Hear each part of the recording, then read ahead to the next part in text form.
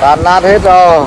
Cái lúc này bà con phải cân nhắc cái thứ nhất là nếu cái con heo của mình nó ở cái chỗ nó an toàn, ở chỗ cao thì bà con cũng phải lên bình tĩnh.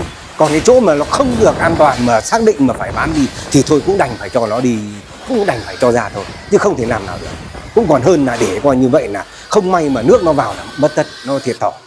Còn tất cả những các bà con chăn nuôi trồng trọt là cái lúc này là cực kỳ là coi như vậy là cái thử thách cực kỳ là cao đấy, vì là trực tiếp đối diện mấy coi như vậy là cái cơn bão nó mức độ nó mạnh như thế. Trong cái lúc này là nếu bán chạy ra bây giờ thì thực sự ra ấy, là nó quá là thiệt cho cái người của mình là chăn nuôi. Nhờ mọi người chia sẻ giúp cái đuôi đến khẩn trương. Nhờ anh em đến đây nào ơi. Điện tuần đường là chưa có người, nhờ anh em rất xa bỏ anh nhờ giúp với đuôi.